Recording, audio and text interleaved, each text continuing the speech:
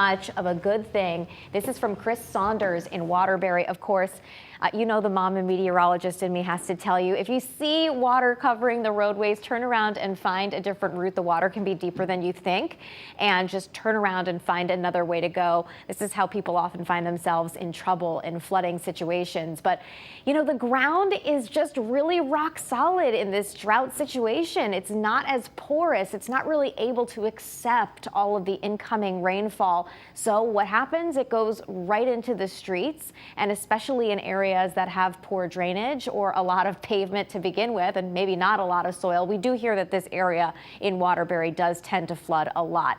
Also, lots of vivid lightning. This is from Michael Beck in Portland, overlooking the Connecticut River. Really beautiful shot. And my goodness, the rainbow pictures that you guys are sending me are so beautiful. I got to step out and let you guys look at this. This is from Marissa in Amston Lake today.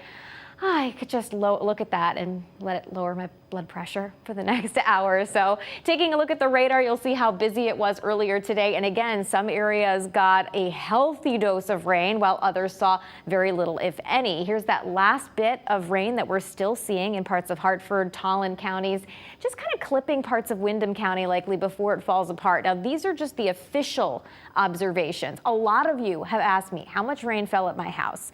And it's really hard to say, and I will show you the radar estimates, because there's these huge, 30-mile long gaps where there's no reporting from the National Weather Service. And I think that we'll have new updates in tomorrow from people that send them to the National Weather Service. But I wanted to show you what some of the radars are estimating, because those are the actual observations, anywhere between 1/4 of an inch up to around 1/2 an inch.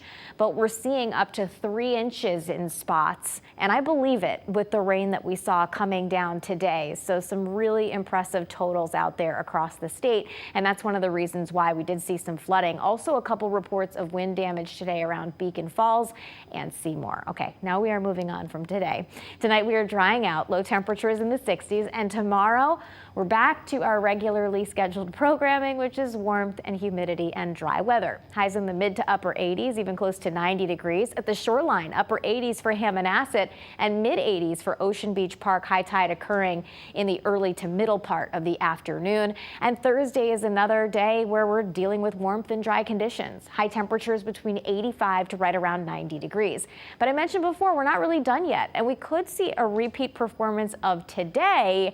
For Friday, it'll be hot, and then heading through the afternoon, we'll see showers and thunderstorms develop. And I do think that it will once again be hit or miss. Some towns may get a lot of rainfall over a short period of time, and others may see very little. So that's the next window that we have for this kind of hit or miss dance that we have. I've been calling it rain roulette. Heading into the weekend, temperatures in the mid 80s. We're back up to 90 around this time next week, guys. Thank you.